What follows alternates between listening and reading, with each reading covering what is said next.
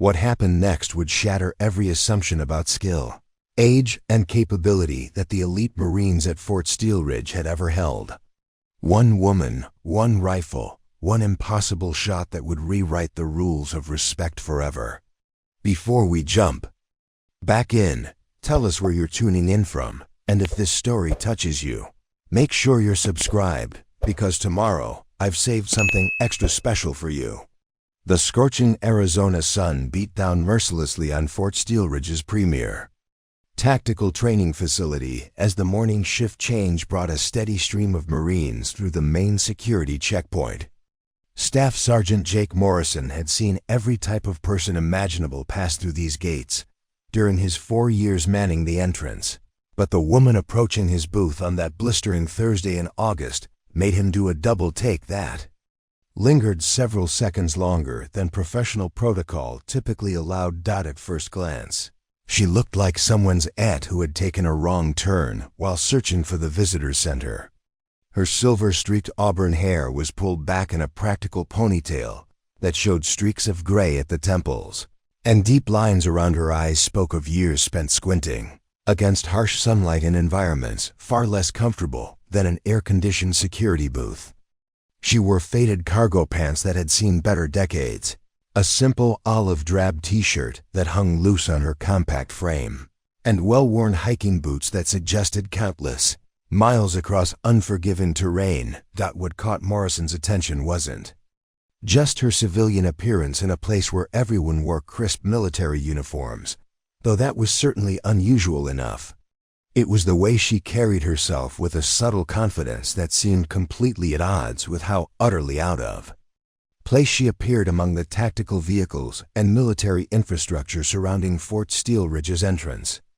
While other visitors typically approached the checkpoint with visible nervousness or excessive deference, this woman moved with the kind of relaxed awareness that suggested she belonged exactly where she was, regardless of appearances. The rifle case slung across her shoulder looked like something that belonged in a museum rather than one of the most advanced military training facilities in the southwestern United States. The worn leather exterior showed decades of use, with scuff marks and faded stickers that told stories of countless training exercises and competitions in locations that remained mysteries. The case itself probably weighed more than she did, yet she carried it with the casual ease of someone transporting a laptop bag rather than precision shooting equipment.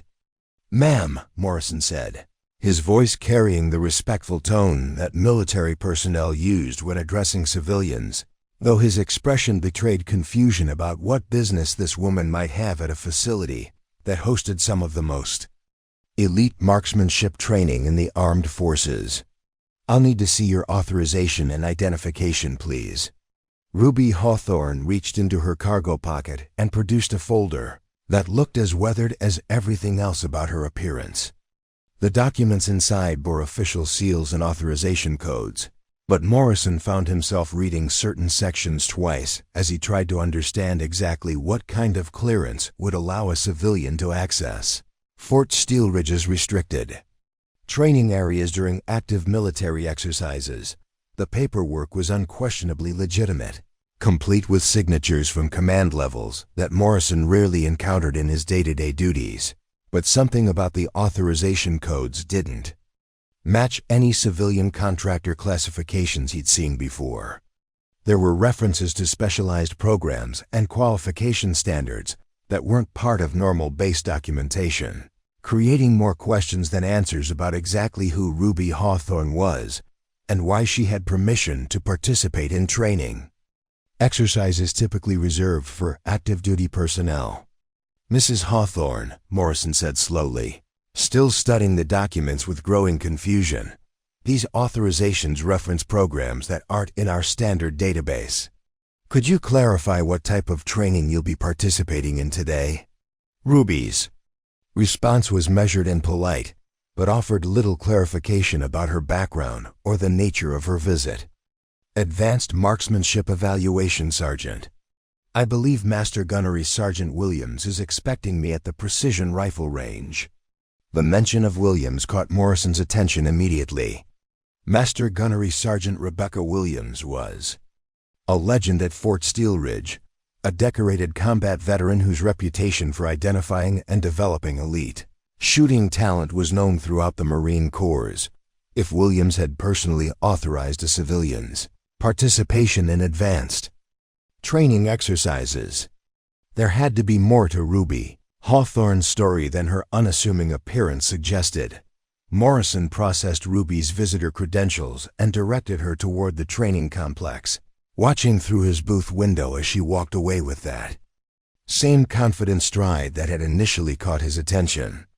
Her worn rifle case swayed slightly with each step, but she moved with the kind of economy of motion that suggested someone who had learned to conserve energy during long days in harsh environments that tested human endurance as much as shooting skill.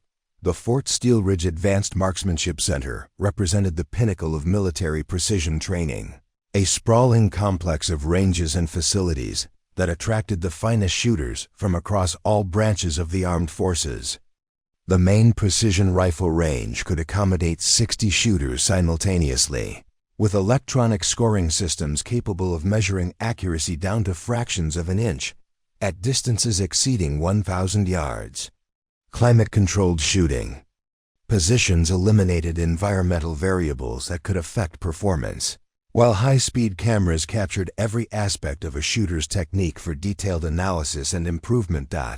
As Ruby approached the range complex, she could see Marines already setting up their equipment at firing positions that represented hundreds of thousands of dollars in research and development.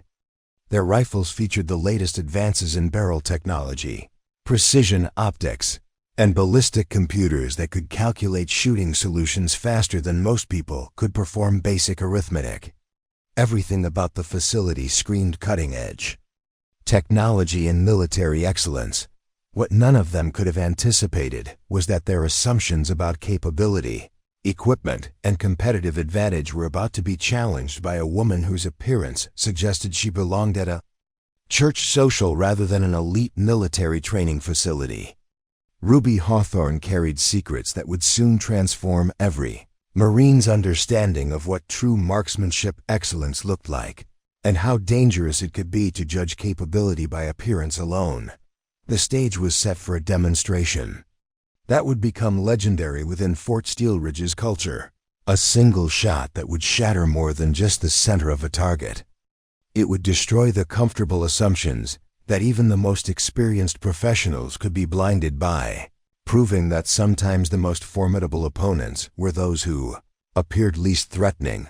Preparing and narrating this story took us a lot of time, so if you are enjoying it, subscribe to our channel. It means a lot to us. Now back to the story. The Fort Steelridge Advanced Marksmanship Center wasn't just another military training facility. It was the crucible where legends were forged and careers were made or broken with surgical precision. Sprawling across 200 acres of Arizona's unforgiving desert landscape, the complex represented over $50 million in cutting-edge military infrastructure designed to push human marksmanship capabilities to their absolute limits. The main precision rifle range stretched for nearly 2 miles, with target arrays positioned at distances that would challenge even the most sophisticated weapon systems. Electronic scoring grids monitored every shot with scientific precision, measuring not just accuracy but consistency, timing, and shot-to-shot variations that revealed the microscopic differences between exceptional shooters and truly elite marksmen. High-speed cameras captured bullet trajectories at 10,000 frames per second, creating ballistic data that fed into research programs, developing the next generation of military precision weapons. This wasn't a place where weekend warriors came to test their recreational shooting skills. Fort Steelridge hosted the Marine Corps' most exclusive advanced sniper selection courses, programs that accepted fewer than 30 candidates per year from thousands of applicants across all military branches. The facility's training records included shooters who had gone on to serve in classified special operations units, where a single missed shot could compromise missions involving national security, and International stability, the Marines who earned. Their place at Fort Steelridge represented the absolute pinnacle of military marksmanship culture. They arrived carrying weapon systems that cost more than luxury automobiles, equipped with optics developed by aerospace engineers and ammunition manufactured to tolerances measured in thousandths of an inch.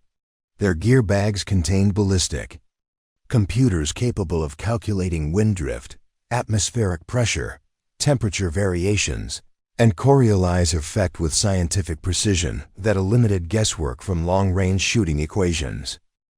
Staff Sergeant Derek Castellanos embodied everything that Fort Steelridge's culture valued and demanded. At 29, he stood as the facility's reigning champion in multiple shooting disciplines, with competition scores that consistently ranked in the top 1% of all military marksmen. His custom rifle system represented 3 years of meticulous research and testing, with components selected based on extensive ballistic performance data and reliability testing under extreme environmental conditions that the barrel alone had cost him $6,000 and required an 8-month waiting period with a master gunsmith in Colorado who accepted only a handful of commissions each year. His scope incorporated thermal imaging, night vision capabilities, and range-finding technology that could calculate precise shooting solutions at distances exceeding 1,500 meters. The weapon's total value approached $25,000, not including the specialized ammunition that he hand-loaded to specifications developed through thousands of hours of testing and refinement. Castellanos carried himself with the confidence that came from never having encountered a shooting challenge he couldn't master or a competitor he couldn't outperform. Other Marines sought his advice, deferred to his expertise, and considered assignment to his training teams to be career-enhancing opportunities that opened doors throughout the military's special operations community. Sergeant First Class Amanda Rodriguez represented a different but equally formidable presence on Fort Steelridge's ranges. At 27, she had fought harder than most of her male counterparts to earn recognition in a field where women faced scrutiny and skepticism that men rarely experienced. Her shooting scores didn't just meet established standards, they exceeded them by margins that had silenced critics and earned grudging respect from Marines who had initially questioned her presence in elite training programs. Rodriguez's equipment reflected both her technical expertise and her determination to leave no competitive advantage unexploited. Her rifle featured modular components that could be reconfigured for different mission requirements, ammunition loaded to specifications she had developed through rigorous testing protocols, and accessories that represented the cutting edge of both civilian and military precision shooting technology. She approached marksmanship with scientific methodology, maintaining detailed logs of environmental conditions, equipment performance, and accuracy data that enabled her to predict and compensate for variables that defeated less methodical competitors. Respect Rodriguez had earned came at a cost that her male counterparts rarely understood or acknowledged. Every mistake she made was scrutinized more heavily, every success attributed to luck or superior equipment rather than skill, and every training opportunity required her to prove herself worthy in ways that men took for granted. She had learned to be not just good, but exceptional, because anything less would be interpreted as confirmation that women didn't belong in elite military roles. Master Sergeant Kevin Nash had built his reputation on an ability to identify weaknesses in other shooters' techniques and exploit them ruthlessly during competitive exercises.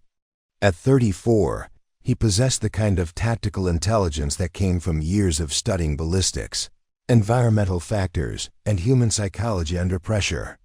Nash could observe another shooter for 10 minutes and identify subtle flaws in their fundamentals that would become magnified under stress, causing performance degradation when precision mattered most. Nash's shooting bag contained more than just equipment. It held psychological weapons designed to unsettle competitors and create advantages that went beyond pure marksmanship ability. He knew exactly when to make casual comments about wind conditions that would plant seeds of doubt in other shooters' minds, how to position himself to create subtle distractions during critical shots, and which topics of conversation would reveal insecurities that could be exploited during high-pressure competitions. The culture at Fort Steelridge valued innovation, technological advancement, and relentless pursuit of marginal improvements that could provide competitive advantages in real-world scenarios.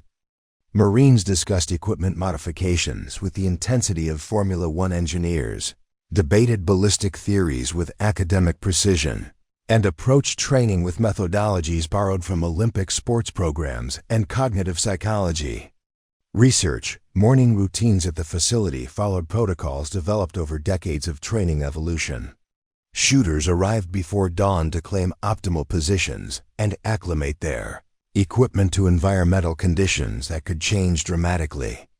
As the Arizona sun transformed the desert landscape, they spent hours studying meteorological data, calculating ballistic solutions, and mentally rehearsing the sequences that would determine their final scores and career trajectories. Every detail mattered in this environment, from the temperature of ammunition stored in climate-controlled cases to the direction of shadows falling across shooting positions. Competitions here weren't just tests of marksmanship, they were comprehensive evaluations of technical knowledge, mental toughness, and ability to perform under conditions that would break most people's concentration and confidence. The electronic infrastructure monitoring Fort Steelridge's ranges provided real-time feedback with scientific precision, creating databases that tracked performance trends, identified training requirements, and provided objective measures of capability that eliminated subjective evaluation from selection processes. This technological sophistication created an environment where marginal gains mattered enormously, where equipment that delivered fractionally better accuracy could mean the difference between selection for elite programs and career disappointment. Into this world of technological supremacy and proven excellence, Ruby Hawthorne was about to walk with her weathered rifle case and decades-old equipment, challenging every assumption these Marines held about capability, preparation, and what it truly meant to be an elite marksman. Ruby Hawthorne's arrival at Range Complex Alpha drew immediate attention for all the wrong reasons. The main firing line buzzed with the kind of pre-competition energy that characterized elite military training environments, where Marines meticulously prepared weapon systems worth more than most people's annual salaries. Custom rifle cases lined the concrete benches like high-tech sarcophagi, each containing precision instruments designed to deliver death at distances measured in miles rather than yards. The contrast was impossible to ignore when Ruby settled into firing position 17, sandwiched between two Marines whose combined equipment investment exceeded the cost of a luxury sedan. To her left, Sergeant Rodriguez was methodically configuring her modular rifle system, adjusting stock length and cheek height with the precision of a Swiss watchmaker. To her right, Staff Sergeant Castellanos ran final diagnostics on his ballistic computer, the device's LED display cycling through atmospheric readings and trajectory calculations with scientific complexity. Ruby's preparation routine immediately distinguished her from every other competitor on the firing line. While others spent 30 minutes fine-tuning equipment settings and running electronic systems checks, she simply placed her weathered rifle case on the concrete bench and began unfastening latches that looked like they'd been manufactured during the Kennedy administration. The case itself told stories of decades in harsh environments, with airline baggage stickers from airports that no longer existed and scratches that spoke of transport through conditions far more challenging than climate-controlled military facilities. What emerged from that battered case drew stares and poorly concealed laughter from Marines positioned across the firing line. Ruby's rifle was a Remington Model 700 in .308 Winchester that appeared to have been manufactured sometime during the Carter presidency. The wooden stock showed the kind of wear that came from countless hands, gripping it over decades of use. Smooth in places where fingers had worn away the original finish and scarred by impacts that suggested deployment in environments where aesthetics mattered less than reliability. The metal components displayed the kind of patina that only developed through years of exposure to elements that would destroy modern precision weapons within months. Salt corrosion around the barrel. Crown indicated maritime environments, while scratches along the receiver suggested transport through desert conditions where sand could penetrate even sealed cases. This wasn't a weapon that had spent its life in climate-controlled storage between occasional range sessions. It was a tool that had been used hard in places where failure meant more than disappointing competition scores, compared to the sleek carbon fiber and aerospace-grade aluminum surrounding it. Ruby's rifle looked like a horse-drawn carriage parked among Formula One racing cars. The contrast was so dramatic that Marines from other firing positions began drifting over to observe what appeared to be either an elaborate practical joke or a serious misunderstanding about the nature of elite military competition. "Sweet Jesus," muttered Corporal Danny Park, a competitive shooter from 2nd Battalion, whose own rifle featured a barrel manufactured by the same company that produced components for NASA's Mars rovers. "Is that thing actually functional, or is she planning to use it as a club if she runs out of ammunition?" His comment triggered ripples of amusement that spread along the firing line like wildfire. Marines pulled out phones to capture images.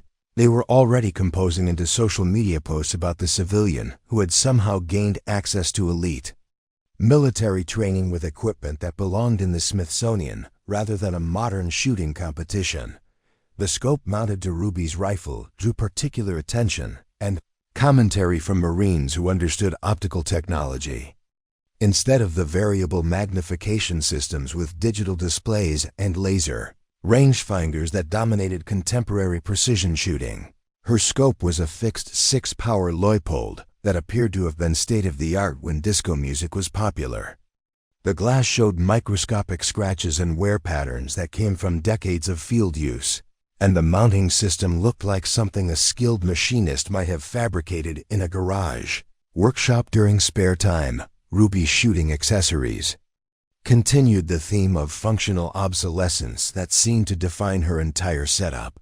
Her bipod was a simple Harris model that predated the adjustable, precision-engineered support systems used by contemporary competitors.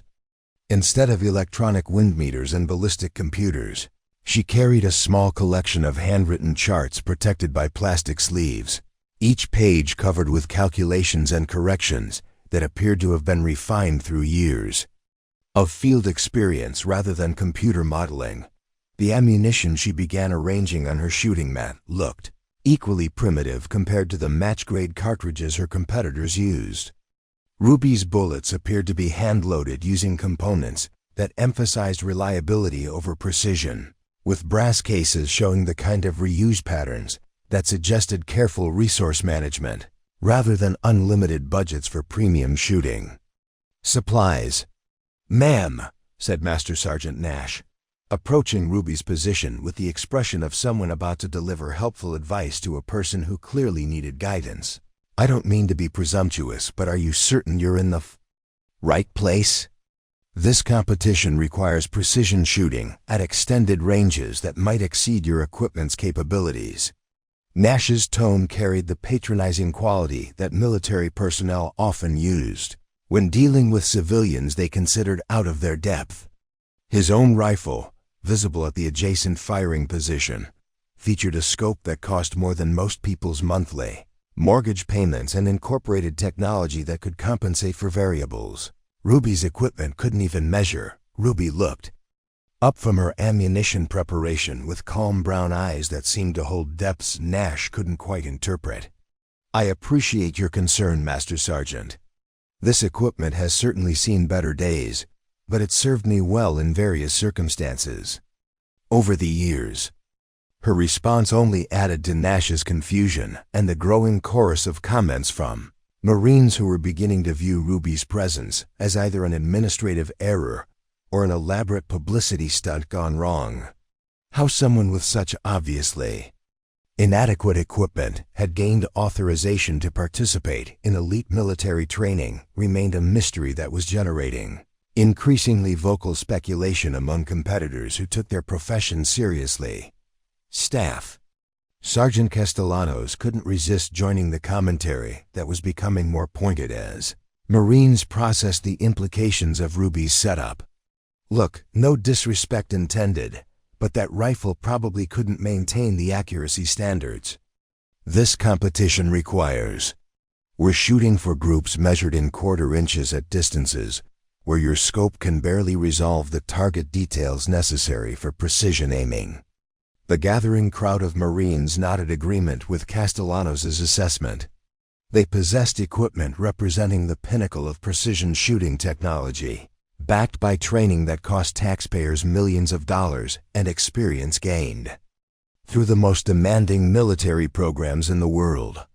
The idea that a civilian with museum-quality equipment could meaningfully participate in their competition seemed not just unlikely, but insulting to the serious nature of their profession.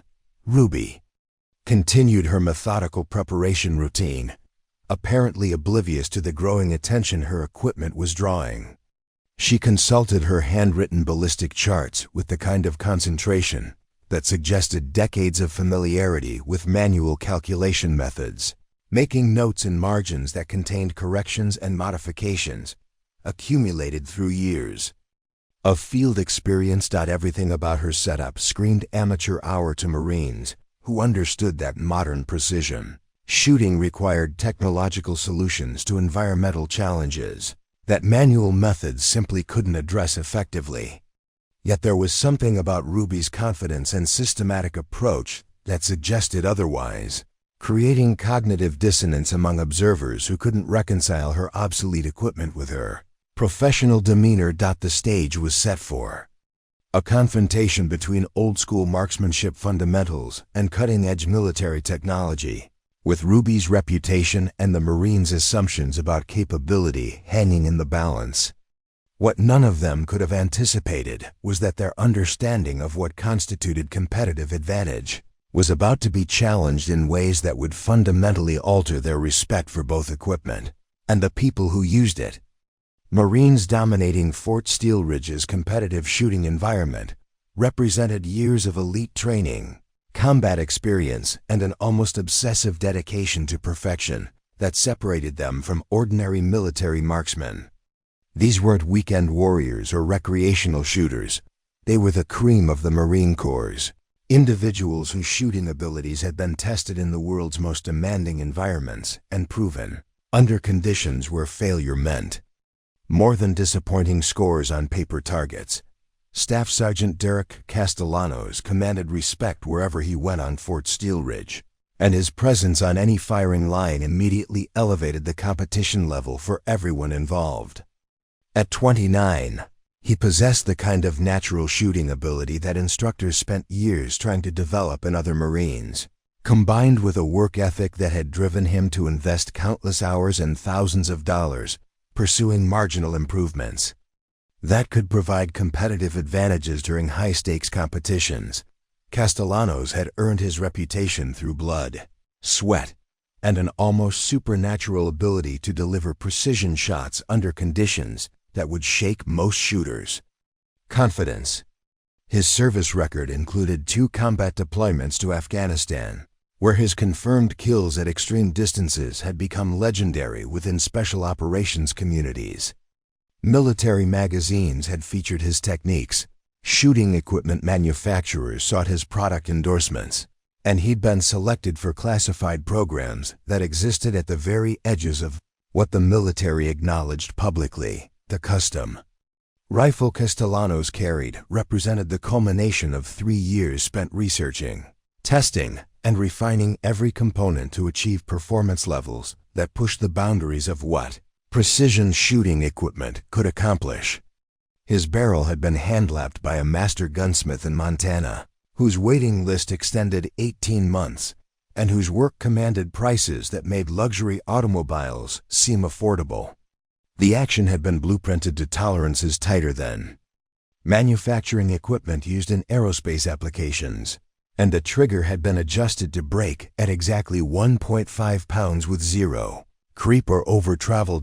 His scope incorporated technology that seemed borrowed from science fiction, featuring variable magnification capabilities that could resolve details invisible to the naked eye at distances exceeding 2,000 meters.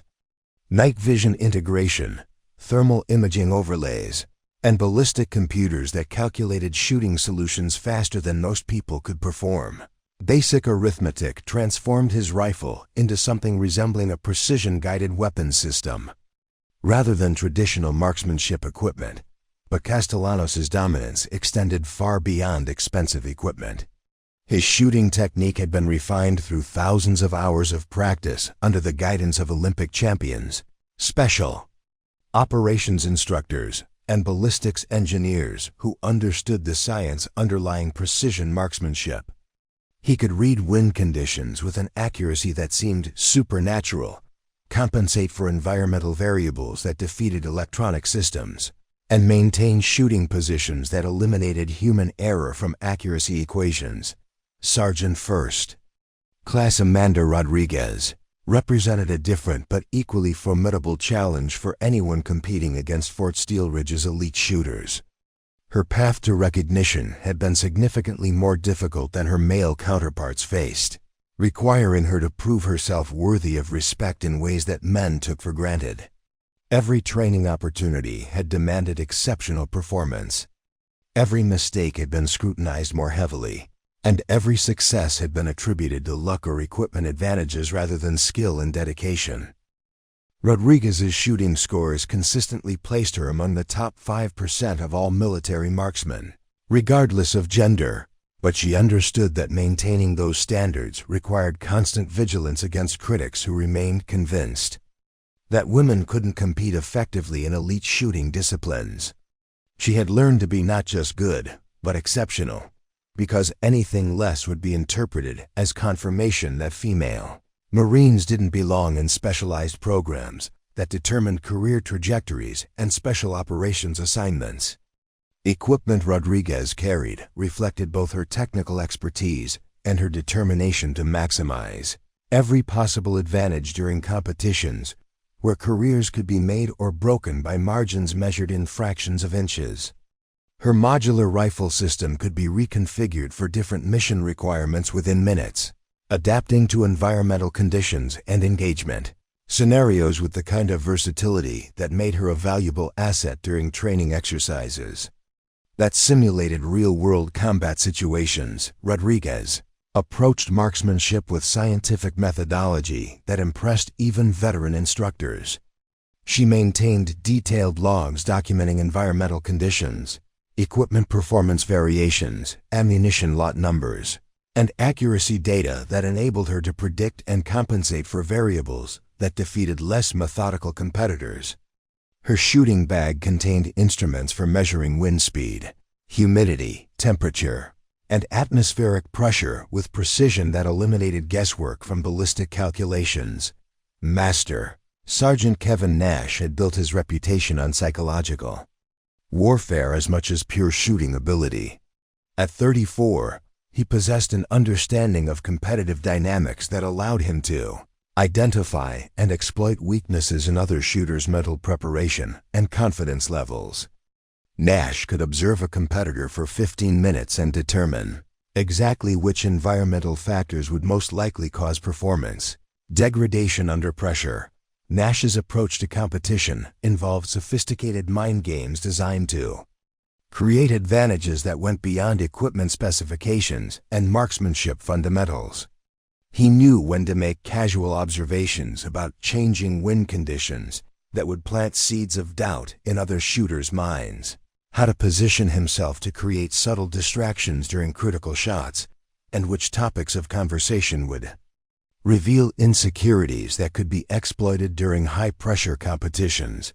The psychological tactics Nash employed weren't malicious, they were professional techniques, borrowed from special operations training programs, were understanding. Human behavior under stress could mean the difference between mission success and catastrophic failure. His ability to read people and situations had proven valuable during combat deployments, where he'd served as a sniper team leader, calling shots for other Marines while managing the complex dynamics of life-and-death decision-making under extreme pressure. Gunnery Sergeant Michael Torres brought 15 years of special operations experience to every competition he entered, including assignments that remained classified years after their completion. His background included training programs that existed only in Pentagon budget documents that few people had clearance to read, and missions that had required shooting skills under conditions that made controlled range environments seem like recreational activities. Torres carried himself with the quiet confidence of someone who had used his rifle for purposes more serious than competition, who understood the difference between shooting for scores and shooting for survival. His equipment showed signs of hard use rather than careful maintenance, reflecting a philosophy that prioritized reliability and familiarity over technical perfection and aesthetic appeal. The culture these Marines had created at Fort Steelridge valued innovation, technological advancement, and relentless pursuit of marginal improvements that could provide competitive advantages in real-world scenarios. They discussed equipment modifications with the intensity of Formula One engineers, debated ballistic theories with academic precision, and approached training with methodologies borrowed from Olympic sports programs and cognitive psychology. Research. Competition among these elite shooters was fierce, professional, and deeply personal. They had faced each other in countless contests, analyzed each other's strengths and weaknesses with the thoroughness of chess masters studying familiar opponents, and developed strategies for gaining microscopic advantages that could determine final rankings and career opportunities. Into this world of proven excellence and technological superiority, Ruby Hawthorne's presence violated every assumption about capability, preparation, and competitive advantage that these Marines had built their professional identities around. Her obvious age suggested declining reflexes and vision that would handicap performance at elite levels.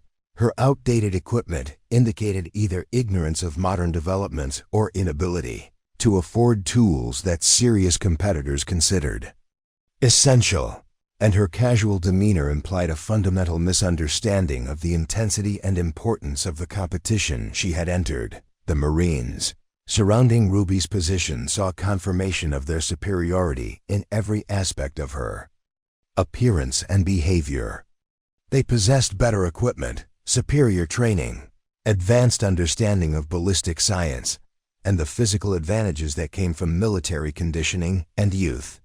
The idea that this woman could challenge their dominance seemed not just unlikely, but impossible to contemplate seriously. Master Gunnery Sergeant Rebecca Williams arrived at Range Complex, Alpha carrying a clipboard and wearing the expression of someone about to address a situation that didn't fit any standard protocol.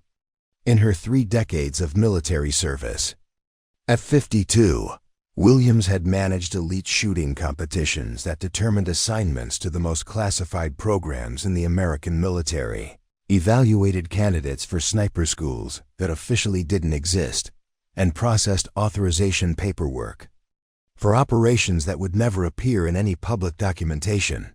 Yet, Ruby Hawthorne's presence at Fort Steelridge created administrative. Rodriguez's shooting scores consistently placed her among the top 5% of all military marksmen, regardless of gender, but she understood that maintaining those standards required constant vigilance against critics who remained convinced that women couldn't compete effectively in elite shooting disciplines. She had learned to be not just good, but exceptional, because anything less would be interpreted as confirmation that female Marines didn't belong in specialized programs that determined career trajectories and special operations assignments. Equipment Rodriguez carried reflected both her technical expertise and her determination to maximize every possible advantage during competitions, where careers could be made or broken by margins measured in fractions of inches. Her modular rifle system could be reconfigured for different mission requirements within minutes, adapting to environmental conditions and engagement scenarios with the kind of versatility that made her a valuable asset during training exercises that simulated real-world combat situations. Rodriguez approached marksmanship with scientific methodology that impressed even veteran instructors. She maintained detailed logs documenting environmental conditions, equipment performance variations, ammunition lot numbers, and accuracy data that enabled her to predict and compensate for variables that defeated less methodical competitors. Her shooting bag contained instruments for measuring wind speed, humidity, temperature, and atmospheric pressure with precision that eliminated guesswork from ballistic calculations. Master Sergeant Kevin Nash had built his reputation on psychological warfare as much as pure shooting ability. At 34, he possessed an understanding of competitive dynamics that allowed him to identify and exploit weaknesses in other shooters' mental preparation and confidence levels. Nash could observe a competitor for 15 minutes and determine exactly which environmental factors would most likely cause performance degradation under pressure. Nash's approach to competition involved sophisticated mind games designed to create advantages that went beyond equipment specifications and marksmanship fundamentals. He knew when to make casual observations about changing wind conditions that would plant seeds of doubt in other shooters' minds, how to position himself to create subtle distractions during critical shots, and which topics of conversation would reveal insecurities that could be exploited during high-pressure competitions. The psychological tactics Nash employed weren't malicious, they were professional techniques, borrowed from special operations training programs where understanding human behavior under stress could mean the difference between mission success and catastrophic failure. His ability to read people and situations had proven valuable during combat deployments, where he'd served as a sniper team leader, calling shots for other Marines while managing the complex dynamics of life-and-death decision-making under extreme pressure. Gunnery Sergeant Michael Torres brought 15 years of special operations experience to every competition he entered, including assignments that remained classified years after their completion. His background included training programs that existed only in Pentagon budget documents that few people had clearance to read, and missions that had required shooting skills under conditions that made controlled range environments seem like recreational activities. Williams found herself in the uncomfortable position of managing a situation where her normal authority and expertise provided no guidance for making appropriate decisions. Ruby's paperwork was legitimate, but originated from sources that existed outside Williams's sphere of knowledge and responsibility. The authorization signatures came from command levels that could override any decision Williams might make, yet the actual nature of Ruby's qualifications remained mysterious. "Master Gunnery Sergeant," interrupted Staff Sergeant Castellanos, who had been observing Williams's increasingly lengthy conversation with Ruby. "Is there some kind of problem with this woman's authorization? Because if she's not properly qualified to be here, we're wasting valuable training time that we can't afford to lose." Castellanos' comment reflected growing impatience among the Marines, who had been watching Williams struggle with Ruby's documentation for nearly 20 minutes. They had limited time to complete their training objectives, and bureaucratic delays caused by questionable authorizations threatened to compress their shooting schedules in ways that could affect their qualification scores and career opportunities. Williams understood the Marines' frustration but found herself constrained by protocols that required her to accept legitimate authorization documents regardless of her personal assessment of a participant's apparent qualifications. Ruby's paperwork met all technical requirements for participation, even though the sources of her credentials remained unclear and potentially controversial. "Mrs. Hawthorne's authorization appears to be in order," Williams announced reluctantly. though I'll need to make some additional verification calls during the lunch break to confirm certain details with higher headquarters. The announcement drew groans and eye-rolling from Marines who interpreted Williams' diplomatic language as confirmation that Ruby's presence represented an administrative error that would eventually be corrected. Several competitors began making calculations about how Ruby's inevitable poor performance would affect the overall competition scoring, and whether her participation would compromise the validity of their qualification results. Sergeant Rodriguez approached Williams privately during the equipment inspection period, her expression reflecting concerns that extended beyond simple competitive fairness. Master Gunnery Sergeant, with all due respect, allowing unqualified personnel on the firing line creates safety issues that could affect everyone's performance. This woman's equipment is clearly inadequate for the distances we're shooting today, and her lack of familiarity with range protocols could create dangerous situations. Rodriguez's concerns weren't entirely unfounded.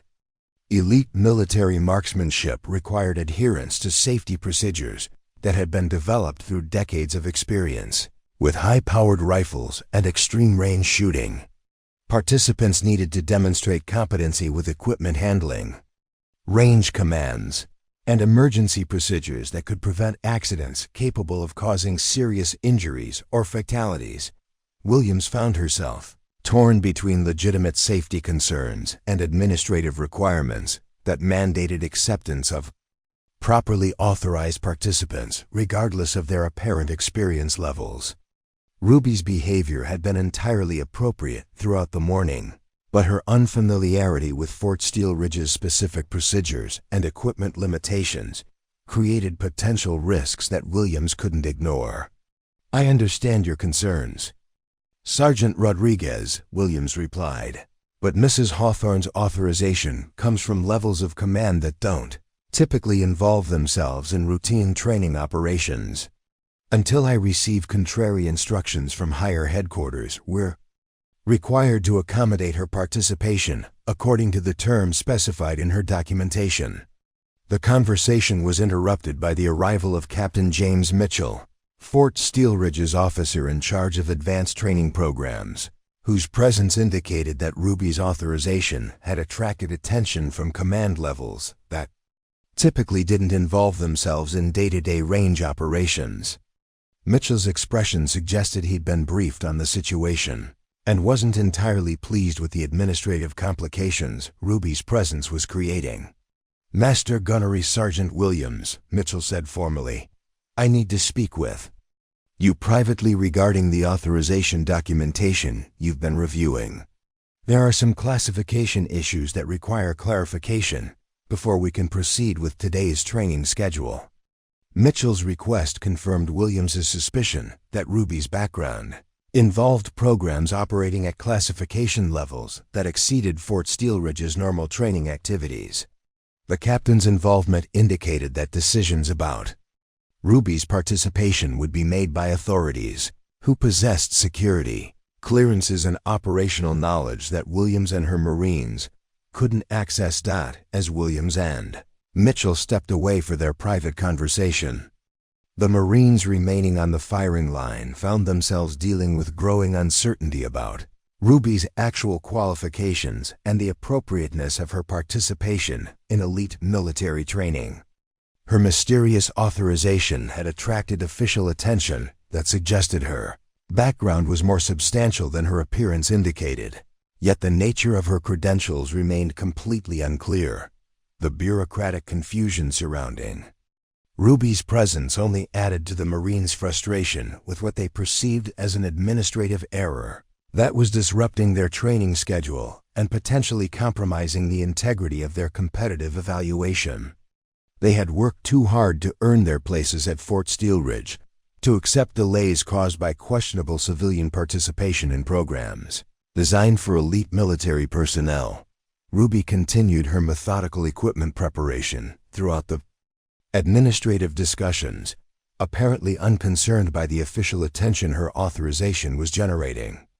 Her calm demeanor suggested someone accustomed to bureaucratic complications and confident that higher Authorities would resolve any questions about her qualifications to participate in advanced military training programs. The first official shooting stage began at precisely 0900 hours, with competitors taking positions at the 500-yard line under Master Gunnery Sergeant Williams's watchful supervision.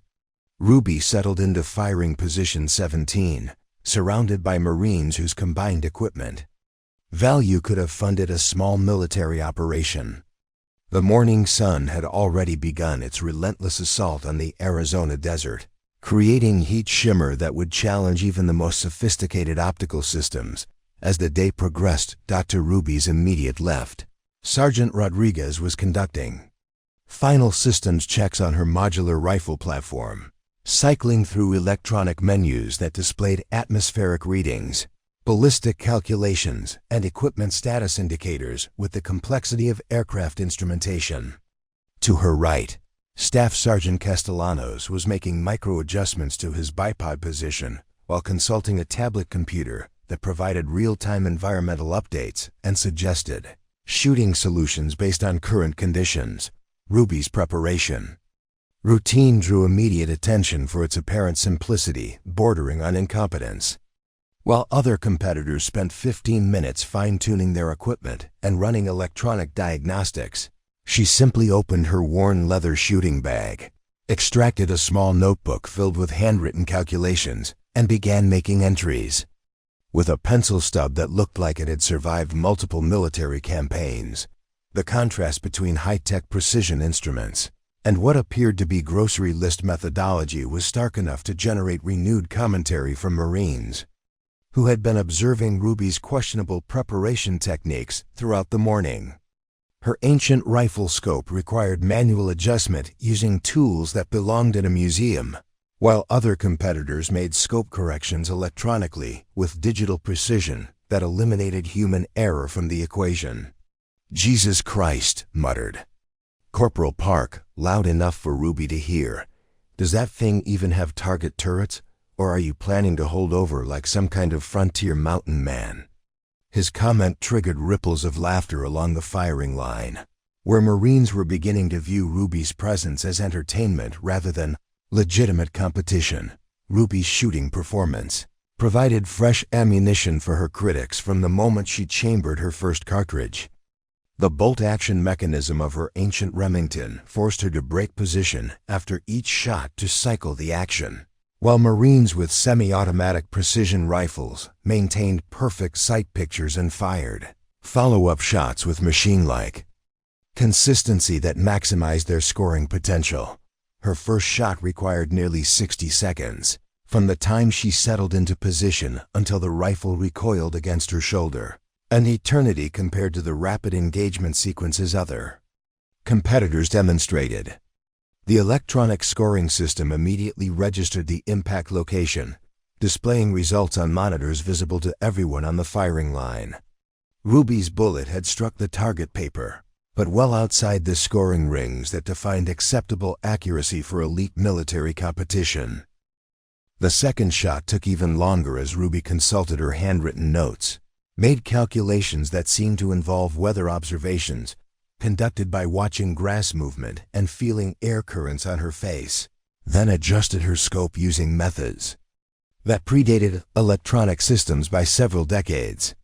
When she finally fired, the bullet impact was marginally better, but still failed to achieve scores that would be considered acceptable for recreational shooters, much less elite military marksmen.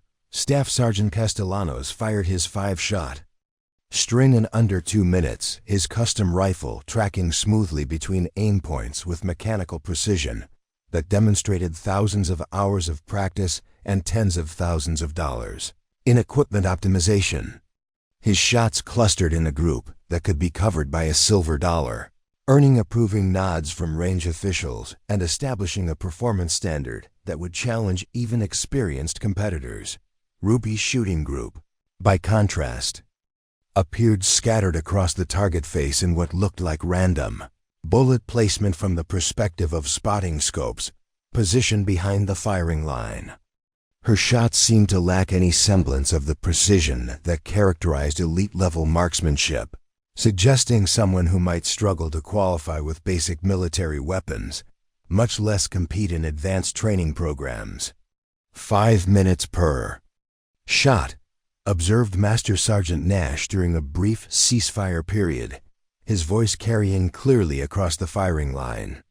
At that rate, she'll still be shooting when the rest of us are home having dinner with our families. His assessment wasn't entirely unfair. Ruby's methodical approach to each shot included extensive consultation of her handwritten notes, careful observation of environmental conditions using techniques that seemed borrowed from 19th century hunting guides, and equipment adjustments that required tools apparently salvaged from antique firearms restoration projects. The electronic scoring system provided objective confirmation of what visual observation suggested. Ruby's accuracy scores placed her firmly in last place among all 32 competitors, with numerical results that would have been considered mediocre for civilian recreational shooting, much less elite military competition. Her time between shots consistently exceeded range protocols, forcing officials to modify time limits to accommodate her leisurely shooting pace. Sergeant Rodriguez found herself growing increasingly frustrated with what she perceived as a waste of valuable training time that could affect everyone's qualification results. "This is embarrassing," she said during the mid-morning equipment check period, her voice loud enough to ensure Ruby could hear. Someone's grandmother wandered onto a military base, and now she's pretending to be a precision shooter. It's disrespectful to everyone who earned their place here legitimately.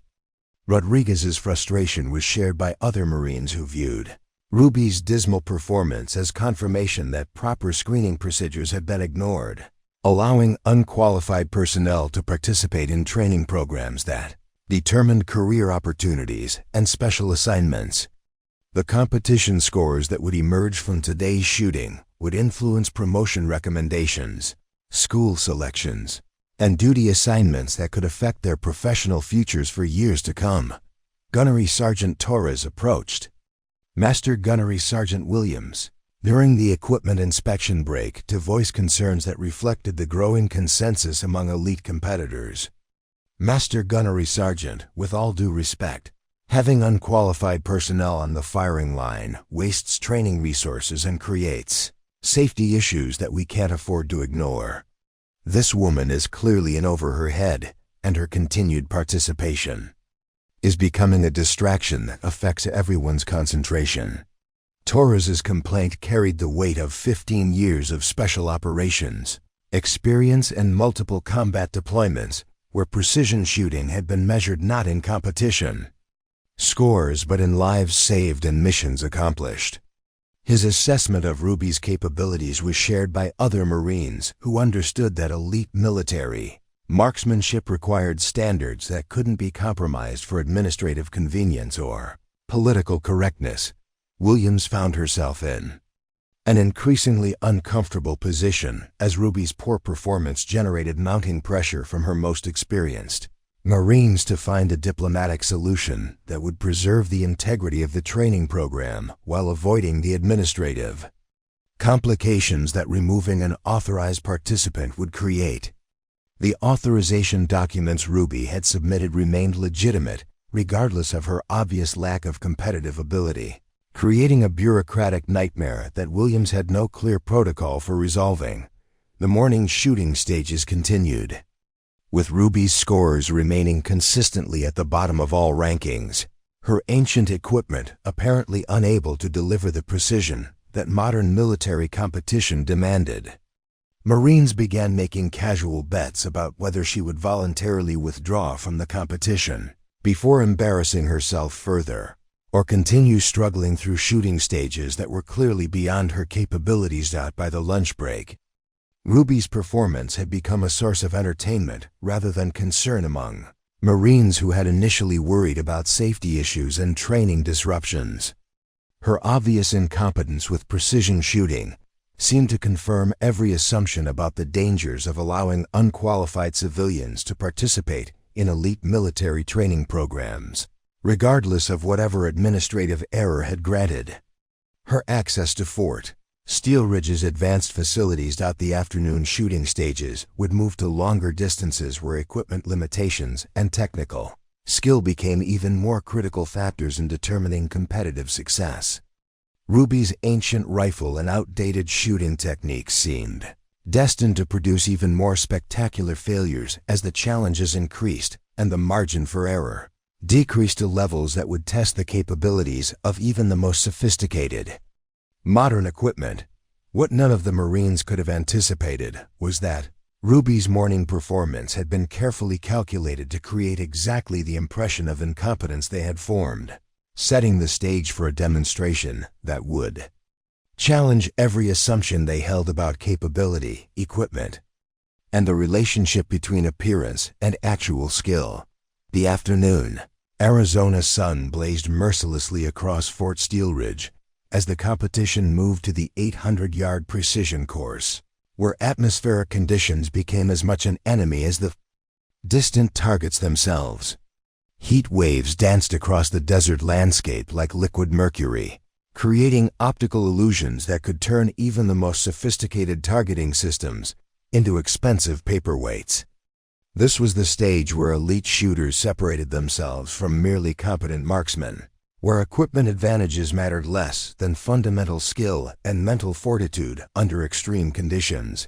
Sergeant Nash had been building toward this moment all morning, his confidence growing with each successful stage as his equipment performed flawlessly and his scores remained consistently in the top 3 among all competitors. The 800-yard course represented his specialty long-range precision shooting under adverse environmental conditions, where his years of special operations experience and psychological tactics could provide decisive advantages over less seasoned Marines. Ruby's continued presence on the firing line had evolved from mild amusement to genuine irritation for Nash and his peers. Her dismal morning scores had confirmed every assumption about her lack of qualifications, yet she remained obliviously content to continue embarrassing herself while wasting valuable training time that elite Marines needed to maintain their competitive edge. What had started as entertainment was becoming a professional insult to the serious nature of their training mission. "I don't understand how she even got authorization to be here," Nash said during the equipment transition period, his voice carrying clearly across the firing line, with intentional volume designed to ensure Ruby could hear his assessment. "This is supposed to be elite-level training, not a community center activity program for people who watch too many military movies." His comment drew appreciative laughter from nearby Marines who shared his frustration with Ruby's persistent inability to deliver even marginally acceptable performance. The idea that someone with such obviously inadequate skills could waste their limited training time seemed increasingly offensive to professionals who had invested years developing capabilities that Ruby apparently lacked entirely. Corporal Park decided it was time to address the situation more directly, approaching Ruby's firing position with the expression of someone about to deliver necessary but uncomfortable guidance to a person who clearly needed reality-based counseling. His demeanor suggested a senior Marine about to provide corrective instruction to someone whose presence was becoming disruptive to serious military training operations. "Ma'am," Park said, his tone professional but carrying undertones of barely concealed frustration, "I've been observing your performance throughout the morning, and I'm genuinely concerned that you might be in over your head here. This afternoon's course is going to be significantly more challenging than anything we've shot so far."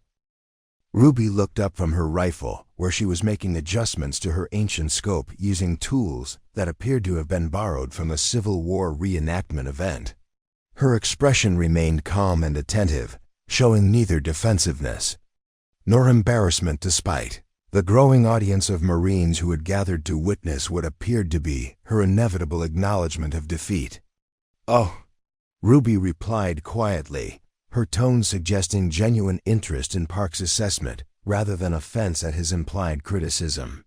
"What specifically concerns you about the afternoon course, Corporal?" Park gestured toward the target array stretching across the heat-shimmered desert. where electronic scoring systems monitored impact zones that demanded sub-minute of angle accuracy at distances that challenged both equipment and shooters to their absolute limits. Man, we're talking about precision shooting at 800 yards in conditions where your equipment limitations become critical factors.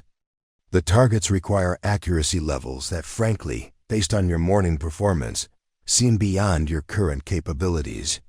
The gathering crowd of Marines nodded agreement with Park's diplomatic but direct assessment.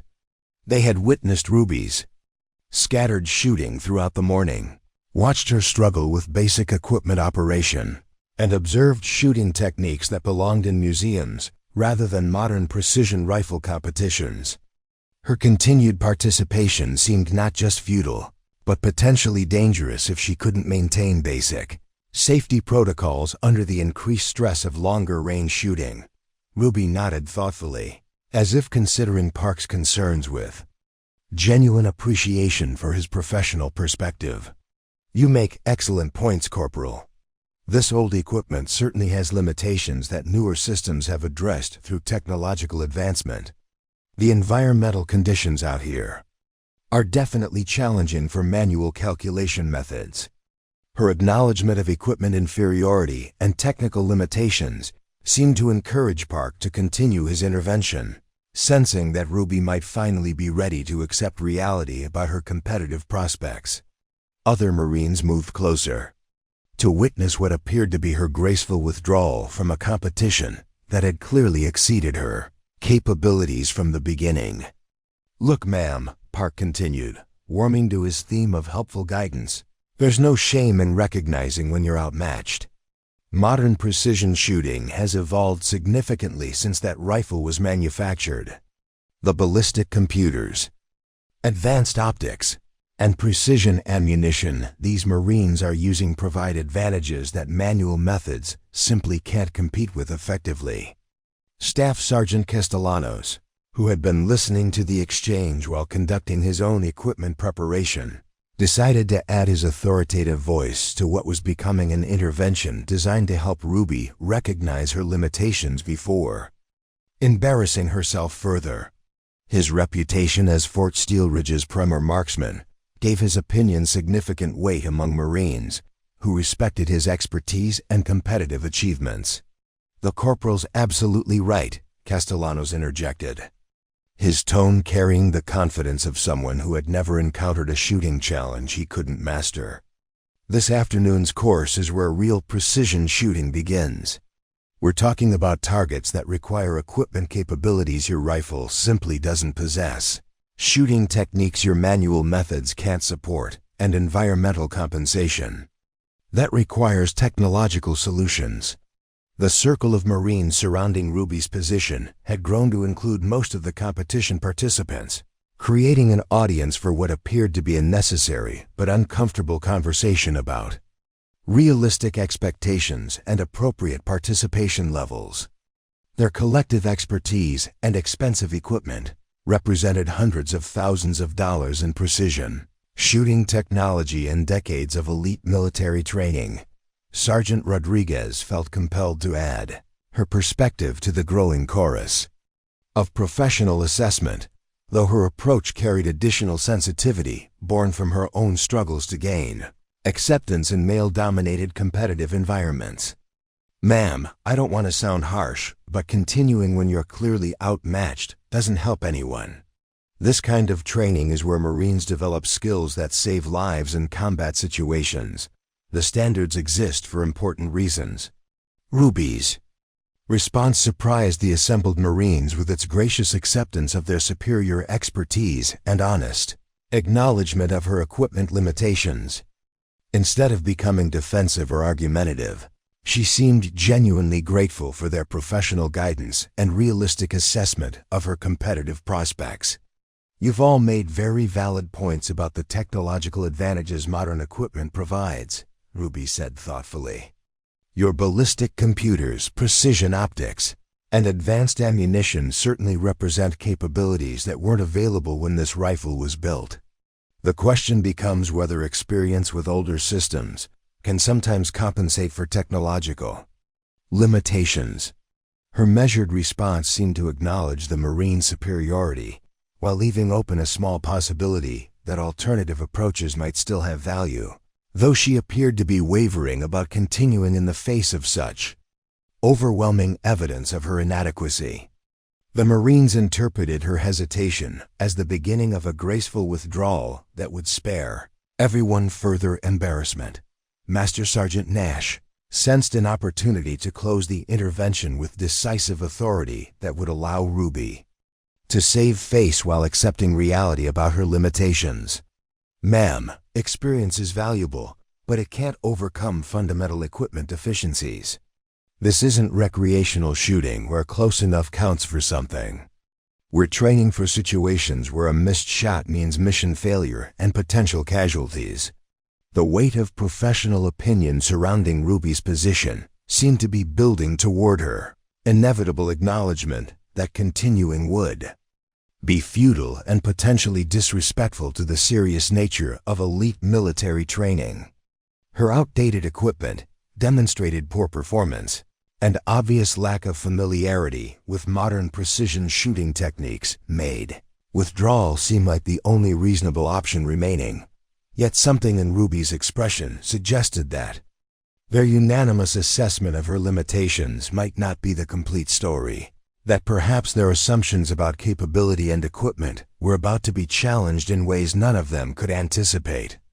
The afternoon heat continued to build, creating conditions that would test even the most sophisticated systems, setting the stage for a demonstration that would redefine everything these Marines thought they knew about precision shooting and the relationship between equipment and skill. Ruby stood slowly from her cross-legged position beside her rifle, her movements deliberate and unhurried despite the growing circle of Marines who had gathered to witness what they expected to be her graceful capitulation to superior expertise and overwhelming evidence of her inadequacy. The afternoon sun had reached its peak intensity, transforming the Arizona desert into a furnace that sent heat waves shimmering across the landscape like ghostly dancers performing an ancient ritual of atmospheric distortion. The electronic scoring systems monitoring the 800-yard targets flickered occasionally as thermal interference challenged even the most sophisticated technological solutions to environmental measurement and compensation. Modern precision rifles equipped with advanced cooling systems and climate-controlled optics were already showing signs of thermal stress, while Ruby's ancient Remington seemed somehow immune to concerns that affected equipment worth tens of thousands of dollars. You know, Ruby said thoughtfully, her voice carrying clearly across the firing line despite its conversational tone. You've all made excellent points about the limitations of older equipment and shooting methods. Perhaps it would be more appropriate for me to acknowledge those limitations and withdraw from the competition before embarrassing myself further. Her apparent concession to their superior knowledge and equipment sparked visible relief among the Marines who had been struggling with how to diplomatically remove an obviously unqualified participant without creating administrative complications that could affect their own training schedules. Several competitors began nodding approval of what seemed like Ruby's belated recognition of reality, but Ruby wasn't finished speaking, and something in her tone suggested that her next words might not follow the script the Marines had been expecting. However, she continued, her expression remaining calm and pleasant while somehow conveying depths that none of the Marines had noticed before.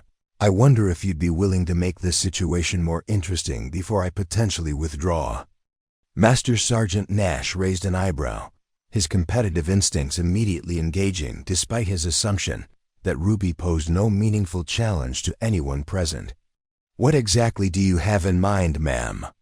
His tone carried the patronizing quality of someone humoring a civilian who was about to suggest something amusing but ultimately irrelevant. Ruby's suggestion hung in the superheated desert air like a challenge that couldn't be ignored, though her delivery remained as casual as if she were proposing a friendly wager on a football game. Well, since you're all so confident in your assessments of my capabilities and equipment limitations, Perhaps we could settle this with a simple demonstration. One shot each at 800 yards, and I'll abide by whatever the results indicate about my suitability for continued participation." The proposal sent ripples of interest through the assembled Marines, who recognized the competitive dynamics inherent in any direct challenge between shooters, regardless of the apparent disparity in capabilities.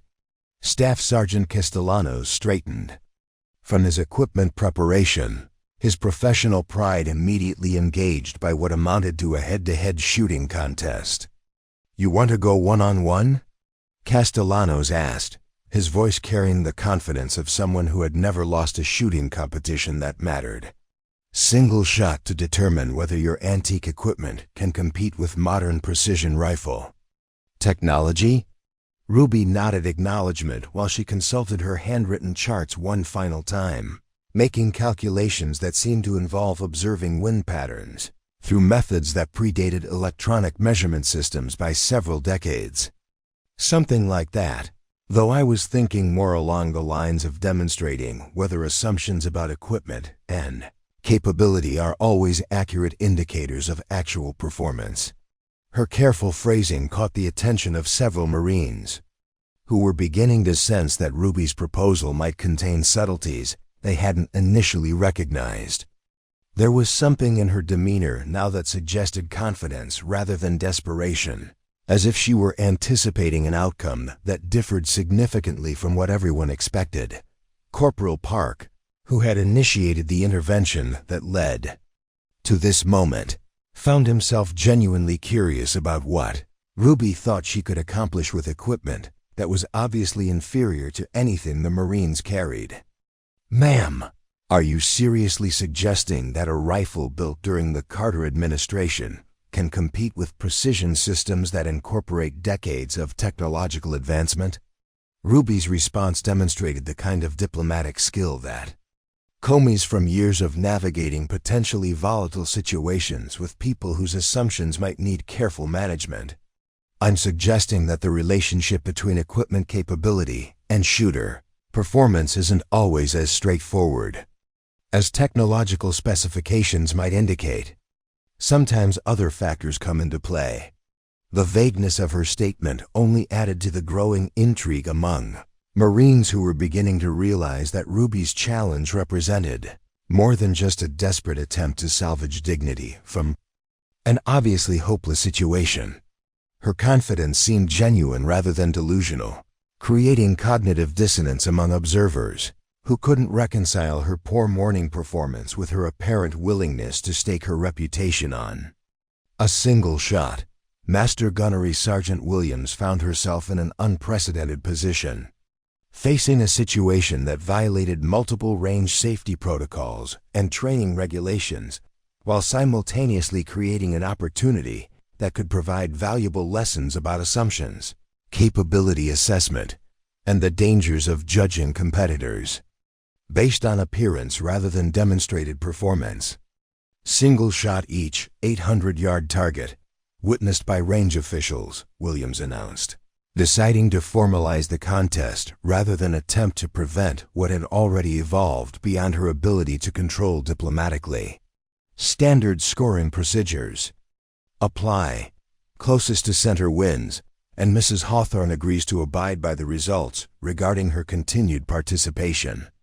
The announcement transformed the atmosphere on the firing line from casual observation to intense anticipation, as Marines recognized that they were about to witness either an impressive demonstration of skill or a spectacular confirmation of everything they believed about technological superiority and competitive advantage. Word spread rapidly across the facility that someone was actually challenging Castellanos to a head-to-head shooting contest, drawing spectators from administrative offices and support units who rarely had opportunities to observe elite-level marksmanship competitions. Ruby accepted Williams's formalization of the challenge with the same calm professionalism she had displayed throughout the day, neither excited by the opportunity to prove herself nor apparently anxious about the potential for public humiliation. Her demeanor suggested someone who understood exactly what she was committing to, and felt confident about her ability to deliver whatever performance the situation required.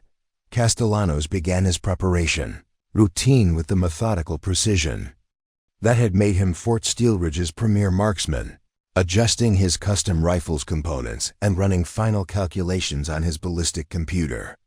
The electronic systems displayed atmospheric readings, wind velocity measurements, and trajectory calculations with scientific accuracy that eliminated guesswork from long-range shooting equations. The target at 800 yards was barely visible through the heat shimmer rising from the desert floor, appearing as little more than a distant speck that wavered and danced in the superheated air currents. Even through high-powered spotting scopes, the bullseye appeared as a tiny dot that challenged both optical resolution and atmospheric stability, requiring precision that pushed both equipment and shooters to their absolute limits. The Marines, gathering behind the firing line, represented some of the finest marksmen in American military service. Individuals whose shooting abilities had been proven under the most demanding conditions imaginable.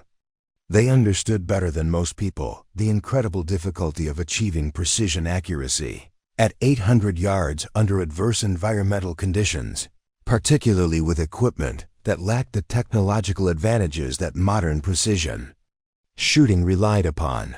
Yet something about Ruby's confidence and the mysterious circumstances surrounding her authorization suggested that their assumptions about this contest might need reconsideration.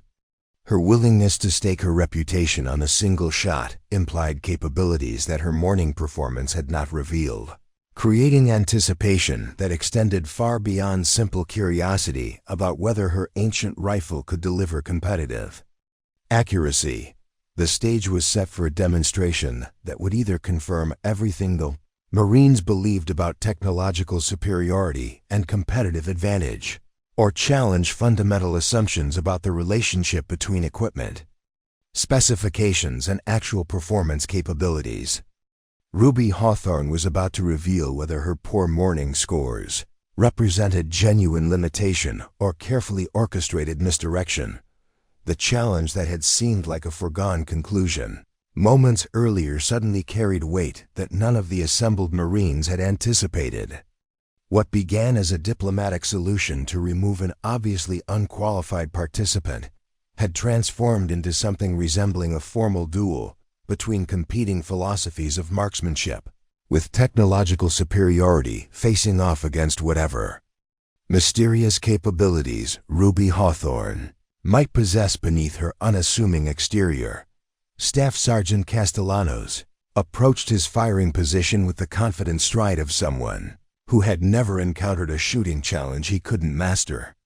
His custom rifle represented 3 years of meticulous research, testing, and refinement, incorporating components that pushed the boundaries of what precision shooting equipment could accomplish. Every element had been selected based on extensive ballistic performance data and proven reliability under the most demanding environmental conditions imaginable. The ballistic computer mounted to his rifle displayed current atmospheric readings with scientific precision, calculating shooting solutions that accounted for temperature gradients, humidity variations, wind velocity changes, and even the Coriolis effect that could influence bullet trajectory at extreme distances. His scope's variable magnification capabilities could resolve details that remained invisible to naked eyes, while thermal imaging overlays compensated for atmospheric distortion that challenged even the most sophisticated optical systems. Castellanos settled into his shooting position with movements that demonstrated thousands of hours of practice under the guidance of Olympic champions and special operations instructors. His shooting jacket was precisely adjusted to eliminate any possibility of inconsistent stock placement, while his bipod provided stability that could eliminate human tremor from accuracy equations. The rifle's trigger had been tuned to break at exactly 1.5 pounds with zero creep, ensuring that mechanical precision matched the operator's technical skill. The Marines gathering behind the firing line grew quiet as Castellanos began his final preparation sequence, understanding that they were witnessing someone who represented the absolute pinnacle of modern military marksmanship capability. His reputation had been built through countless competitions against the finest shooters in the world, including victories that had earned him recognition from equipment manufacturers who sought his endorsement for their most advanced products. Through the spotting scopes, range officials could observe Castellanos's preparation ritual with professional appreciation for someone who understood that success at extreme distances required attention to microscopic details that less experienced shooters might overlook. His breathing settled into the controlled rhythm that elite marksmen used to manage heart rate and physiological stress, while his body assumed the kind of perfect stillness that came from years of disciplined practice. The shot, when it came, was crisp and authoritative.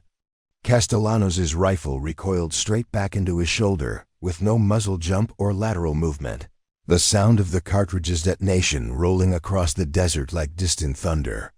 The brass case ejected cleanly, landing exactly where thousands of previous cases had accumulated during his practice sessions, while his follow-through maintained sight picture, long enough to observe bullet impact through his scope's magnification. Through the electronic scoring system and high-powered spotting scopes, the impact was clearly visible to everyone monitoring the target. Castellanos's bullet had struck within 2 inches of the exact center of the 800-yard bullseye, delivering performance that would have impressed competitive shooters anywhere in the world. The shot represented everything that modern precision rifle technology could accomplish when operated by someone with elite-level training and experience. The assembled Marines responded with appreciative murmurs and nodding approval, recognizing that Castellanos had delivered exactly the kind of performance they expected from Fort Steelridge's premier marksman.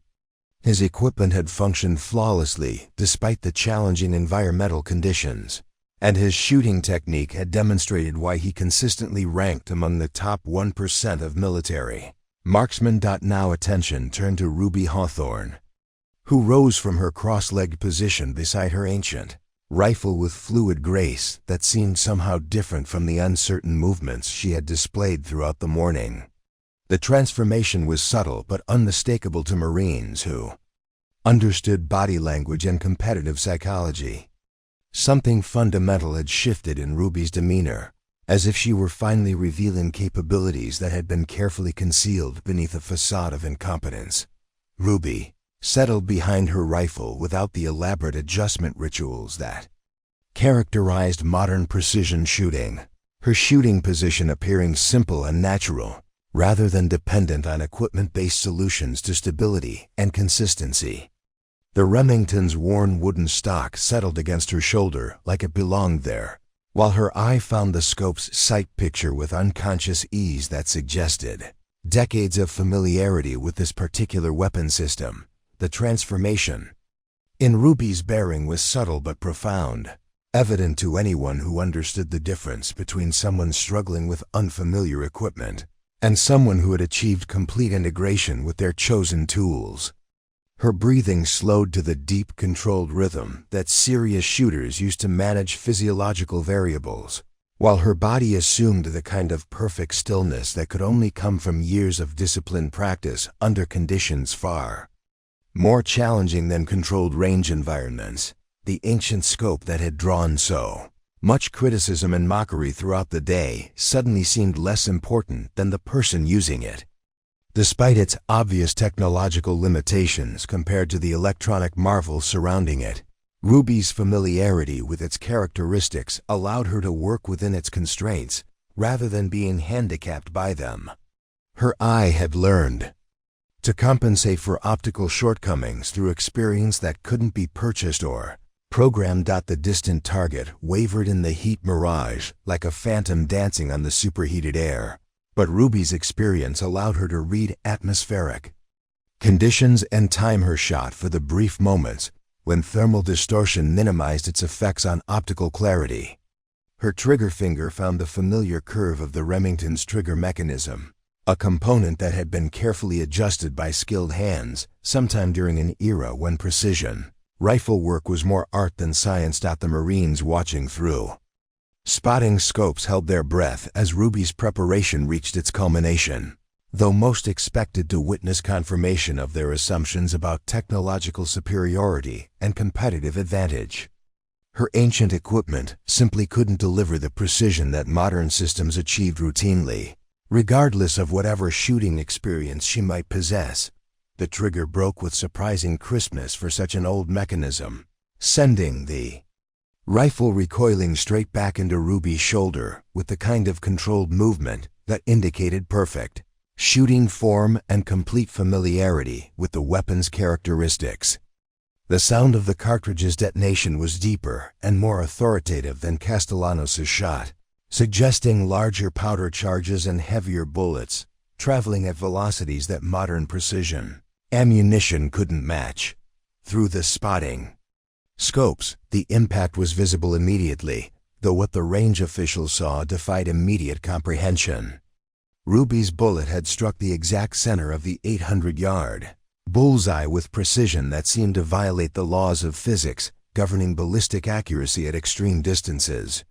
The shot hadn't just hit the center, it had obliterated it, creating a hole so perfectly positioned that electronic scoring systems required several seconds to register what had occurred. The silence that followed lasted far longer than normal, as if the Marines watching needed additional time to process what they had witnessed. The impossible had just occurred before their eyes, delivered by someone whose equipment and apparent capabilities suggested that such performance was beyond the realm of possibility. Staff Sergeant Castellanos lowered his binoculars with hands that weren't entirely steady, his face cycling through confusion, disbelief, and dawning recognition that something fundamental had just shifted in his understanding of competitive shooting and technological advantage. The woman he had expected to embarrass had just delivered a shot that would have impressed the finest marksman in the world, using equipment that belonged in a museum rather than a precision rifle competition. Master Gunnery Sergeant Williams's voice carried across the range with professional authority, though even her decades of military experience couldn't entirely mask the surprise in her tone. Perfect center. Dead bullseye. Game over. The announcement was matter-of-fact, but the implications reverberated through the assembled crowd, like shock waves from an unexpected explosion that had just demolished every assumption they held about capability, equipment, and competitive advantage. Within 15 minutes of Ruby's impossible shot, Master Gunnery Sergeant Williams received a secure communication that would fundamentally alter the dynamics at Fort Steelridge's advanced marksmanship facility. The encrypted call came directly from Colonel Patricia Blackstone, the base commanding officer, whose voice carried the kind of urgency that made 30-year veterans snap to attention regardless of their current activities or responsibilities. Williams found herself taking notes as rapidly as her hand could move, cross-referencing authorization codes against classified databases that required security clearances she had never needed to access during routine training operations. The information Colonel Blackstone provided painted a picture that none of the Marines could have anticipated, revealing that Ruby Hawthorne wasn't just another civilian with questionable qualifications. She was a legend whose very existence had been classified at levels that made most military secrets seem like public information. The secure database searches that Williams conducted under Blackstone's guidance revealed service records that included operations officially never acknowledged by any government agency, conducted in locations that didn't appear on conventional maps, using skills that pushed the boundaries of what human beings could accomplish with precision weapons. Ruby's background included assignments that existed in the shadowy intersection between military special operations, intelligence community activities, and law enforcement programs that operated beyond normal oversight mechanisms. Colonel Blackstone's voice carried both respect and bewilderment as she briefed Williams on information that was simultaneously classified and necessary for managing the situation that had developed on the firing range. Master Gunnery Sergeant, You need to understand that Ruby Hawthorne holds shooting records that will never appear in any public documentation. Her confirmed kills include shots that our best snipers consider impossible, achieved under combat. Conditions that remain classified decades after their completion. The revelation that emerged through Williams's secure communications painted Ruby as someone whose marksmanship achievements existed at levels that transcended normal military recognition systems. Her service record included decorations from agencies that didn't officially exist, commendations for operations that had never been acknowledged, and shooting accomplishments that challenged the fundamental understanding of what human accuracy could achieve under real-world conditions. Williams returned to the firing line, carrying information that would permanently change how everyone present understood capability, appearance, and the relationship between equipment, sophistication, and actual performance. The Marines who had spent the morning mocking Ruby's outdated gear and apparent incompetence were about to learn that they had been insulting someone whose achievements made their own accomplishments seem like recreational activities. "Ladies and gentlemen," Williams announced, her voice carrying the weight of official authority backed by information that few people in the military had clearance to access. "I need to inform you that Ruby Hawthorne is a recipient of the Congressional Medal of Honor, the Distinguished Service Cross, and the Silver Star. She holds the record for the longest confirmed precision shot in American military history, achieved under combat conditions that remain classified." The silence that followed Williams's announcement was absolute and profound, as if the desert itself had stopped breathing in response to information that challenged every assumption the Marines had formed about their mysterious competitor. The cognitive dissonance was almost physically painful. Everything they thought they knew about capability, professional competence, and equipment requirements had just been shattered by revelations about someone they had dismissed as incompetent. Staff. Sergeant Castellanos felt his stomach drop as he realized the full extent of his morning's behavior toward someone whose service record included achievements that existed far beyond anything he could aspire to reach. His expensive equipment and elite training suddenly seemed insignificant compared to capabilities that had been proven under conditions where failure meant more than disappointing competition scores.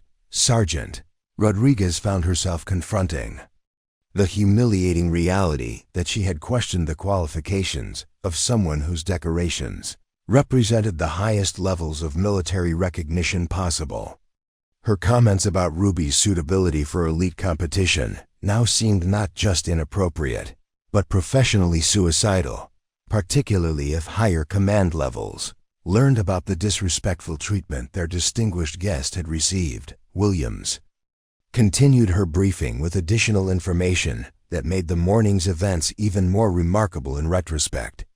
Furthermore, Mrs. Hawthorne's shooting accomplishments include precision shots delivered at distances exceeding 2,500 meters under adverse weather conditions, using equipment that predated modern ballistic computers and electronic targeting systems.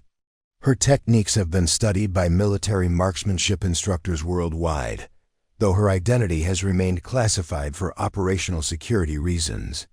The electronic scoring system that had recorded Ruby's poor morning performance suddenly required complete recontextualization in light of Williams's revelations.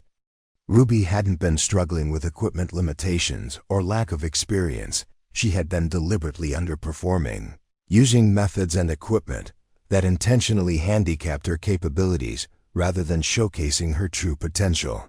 Master. Sergeant Nash found himself facing a crisis of professional judgment that threatened to undermine everything he believed about his ability to assess competitive capability and identify potential threats. His expertise in reading people and exploiting psychological weaknesses had led him to completely misread someone whose actual qualifications made his own seem elementary by comparison. The perfect center shot that had seemed impossible minutes earlier now appeared as a controlled demonstration of abilities that existed far beyond what the competition was designed to measure.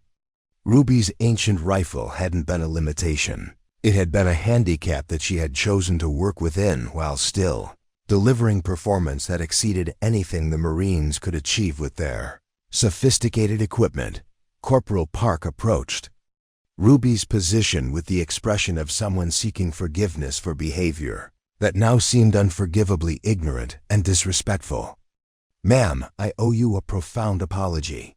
My comments this morning were completely inappropriate, and I had no right to question your presence here or your capabilities." Ruby's response demonstrated the kind of grace that distinguished truly exceptional people from merely skilled ones, offering understanding and forgiveness to people who had spent the morning treating her with barely concealed contempt. "No apology necessary, Corporal. Your assessment was based on available information and reasonable assumptions. Most people using equipment like this wouldn't be capable of competitive performance at elite levels." The Marines surrounding Ruby's position found themselves witnessing a masterclass in humility delivered by someone whose achievements gave her every right to be arrogant or dismissive. Instead, she was offering understanding and professional courtesy to people who had demonstrated neither quality during their interactions with her. Williams's secure communications revealed additional details about Ruby's background that explained the mysterious authorization codes and classification levels that had puzzled administrative personnel throughout the morning.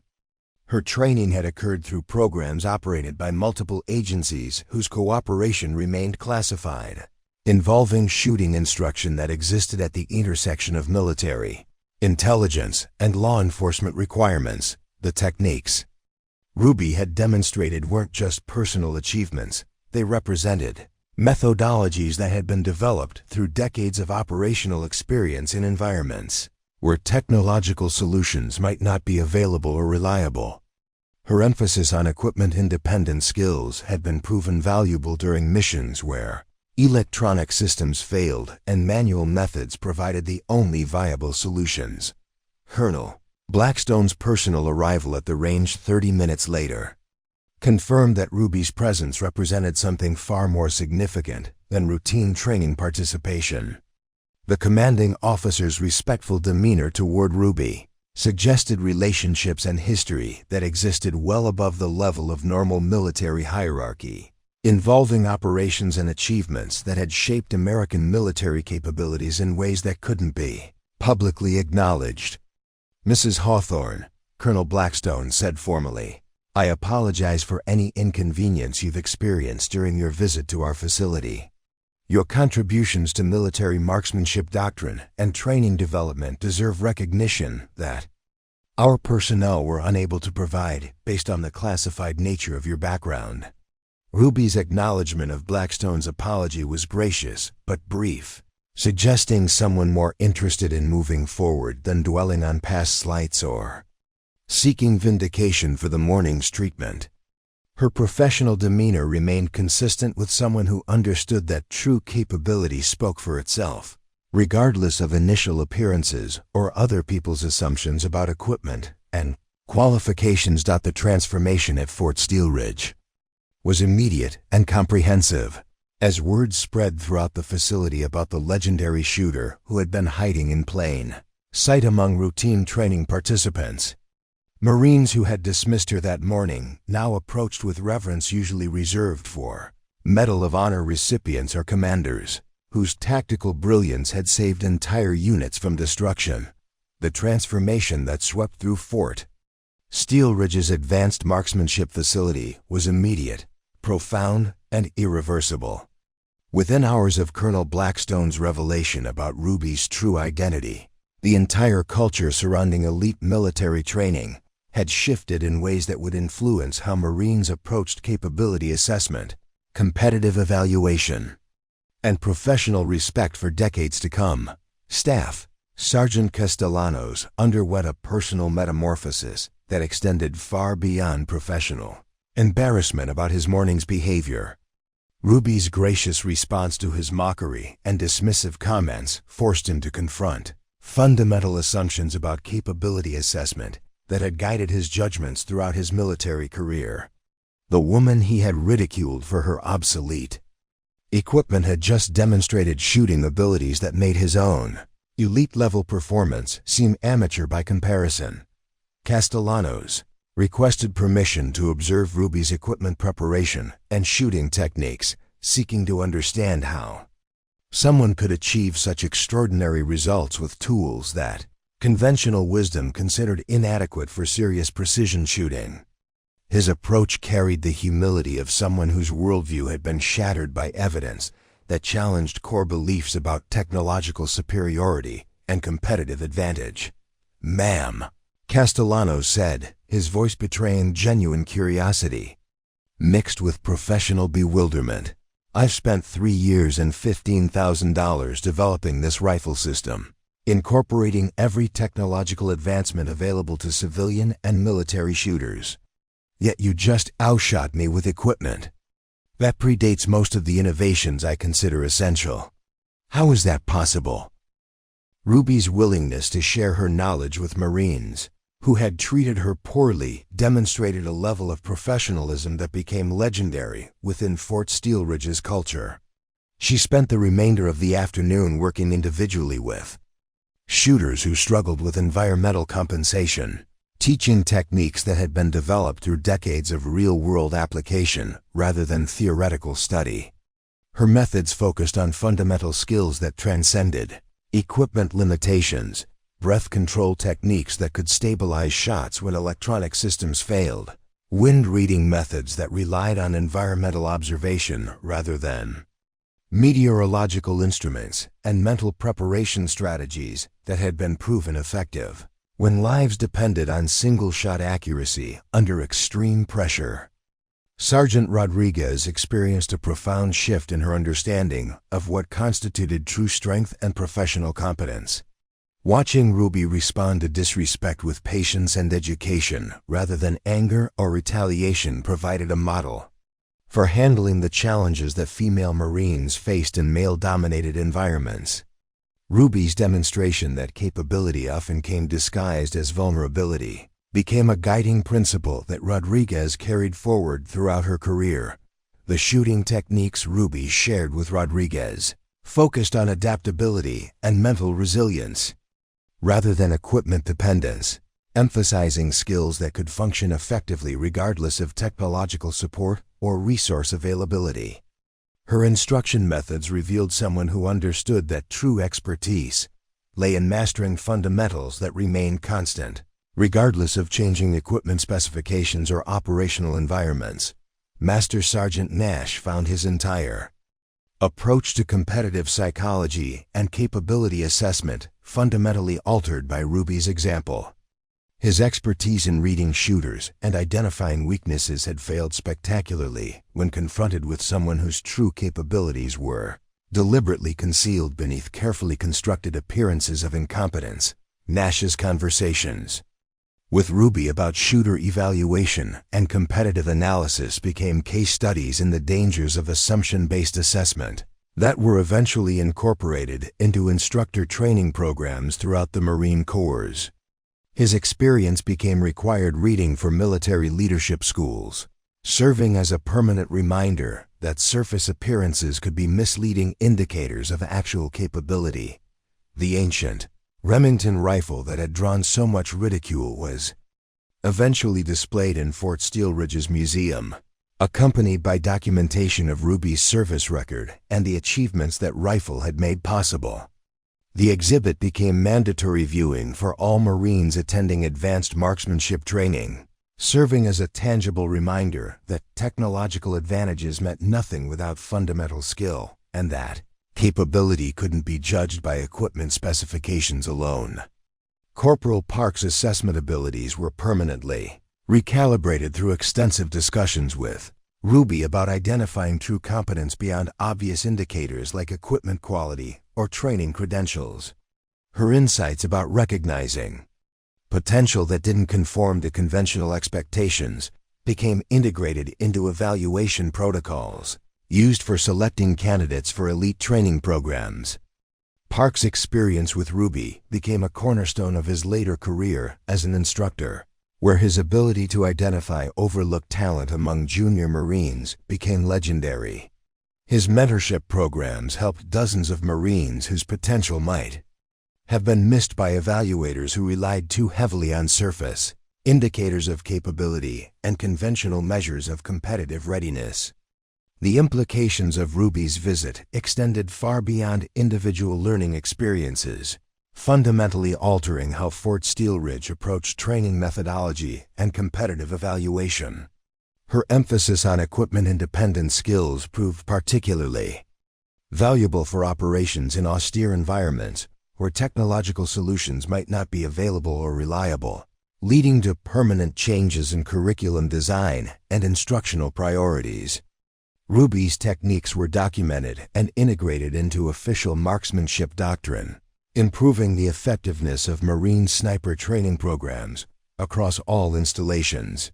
Her methods for developing adaptability and mental resilience under adverse conditions became standard instruction for Marines, deploying to environments where equipment failure or resource limitations could compromise mission success. The story of Ruby's perfect shot became part of Marine Corps' folklore, told and retold in training environments as an example of the importance of recognizing excellence, regardless of how it was packaged. New Marines learned about the dangers of judging capability by appearance and the value of maintaining open minds when evaluating potential contributions from unexpected sources. Colonel Blackstone's personal involvement in Ruby's visit indicated that her influence reached command levels that recognized her contributions to military marksmanship development. The respectful treatment she received from senior leadership served as a model for how distinguished veterans should be honored, regardless of whether their achievements could be publicly acknowledged. Years later, several Marines who witnessed Ruby's demonstration credited that experience with transforming their own leadership styles and evaluation methods. Her example influenced promotion decisions, training assignments, and mentorship programs that created lasting improvements in how the Marine Corps identified and developed talent among personnel whose potential might not be immediately obvious. Castellanos became known throughout Fort Steelridge for his ability to identify overlooked capability among junior Marines, developing training programs that emphasized fundamental skills over equipment advantages. His approach to instruction was fundamentally altered by Ruby's demonstration that true expertise often lay hidden beneath unassuming exteriors. Rodriguez developed mentorship initiatives that helped other women navigate the challenges of proving themselves in competitive environments where gender-based assumptions could overshadow actual capability. Her programs became models for similar efforts throughout the military, creating opportunities for Marines whose potential might have been dismissed by evaluators who relied on conventional indicators of competitive readiness. The changes Ruby inspired at Fort Steelridge extended beyond individual career development, influencing institutional approaches to training design and capability assessment that improved the effectiveness of elite military programs. Her visit demonstrated that the most valuable lessons often came from sources that didn't conform to conventional expectations about expertise and professional competence. Ruby's legacy lived on not just in modified training doctrine, but in a fundamental shift in how military professionals evaluated capability and potential. Her single perfect shot had destroyed more than just the center of a target. It had shattered dangerous assumptions that could blind even experienced professionals to excellence hiding in plain sight, creating lasting improvements in how the Marine Corps identified and developed the talent necessary for success in an increasingly complex operational environment. 5 years after that legendary day at Fort Steelridge, Ruby Hawthorne received an invitation that brought her story full circle in ways that demonstrated the enduring power of single moments to transform entire cultures and institutional approaches to excellence. The Marine Corps had established the Hawthorne Award for Unconventional Excellence, recognizing shooters who demonstrated exceptional skill using non-standard methods or overcame significant equipment disadvantages through pure talent and determination. Ruby stood before an audience of 800 Marines at the inaugural ceremony, her weathered Remington rifle displayed in a place of honor beside the most advanced precision weapon systems in the American arsenal. The same Marines who had once mocked her outdated equipment now studied it with reverence, understanding that true precision shooting transcended technological advantages and required mastery of fundamentals that remained constant regardless of changing equipment specifications. This rifle taught me something that all the computers and advanced optics in the world couldn't replace, Ruby told the assembled crowd, her voice carrying across the silent auditorium with the authority that came from proven performance under the most demanding conditions imaginable. It taught me that excellence isn't about having the best equipment, it's about making the most of what you have, and never allowing others' assumptions to define your limitations. Staff Sergeant Castellanos, now an instructor himself, presented the first award to a young corporal who had achieved remarkable accuracy with a damaged scope that should have made competitive shooting impossible. The irony wasn't lost on anyone present. The man who had once dismissed Ruby based on her appearance was now celebrating exactly the kind of determination and adaptability she had demonstrated 5 years earlier. Castellanos' own career had been fundamentally altered by his encounter with Ruby, transforming him from someone who relied heavily on technological advantages to an instructor who emphasized fundamental skills that could function effectively regardless of equipment quality or availability. His training programs became legendary for developing Marines who could deliver precision shots under conditions that would defeat less adaptable shooters. The shooting techniques Ruby had shared during her brief visit to Fort Steelridge were now incorporated into official Marine Corps' doctrine, improving the combat effectiveness of snipers deployed to environments where electronic systems might fail or sophisticated equipment might not be available. Her emphasis on environmental awareness, manual calculation methods, and mental resilience had proven invaluable during operations where technological solutions couldn't address the challenges faced by Marines in remote locations. Sergeant Rodriguez, promoted to gunnery sergeant and serving as Fort Steelridge's first female chief instructor, credited Ruby's example with fundamentally changing her approach to leadership and mentorship. The grace with which Ruby had handled disrespect and mockery became Rodriguez's model for responding to challenges that female Marines continued to face in competitive environments where their capabilities were often questioned based on gender. Rather than demonstrated performance, Rodriguez's mentorship programs had become standard throughout the Marine Corps, creating opportunities for Marines whose potential might have been overlooked by evaluators who relied too heavily on conventional indicators of capability. Her emphasis on recognizing excellence regardless of its packaging had identified dozens of exceptional shooters who might otherwise have been passed over for advanced training opportunities. The museum exhibit featuring Ruby's rifle had become one of Fort Steelridge's most visited attractions, with mandatory viewing requirements for all Marines attending advanced marksmanship programs.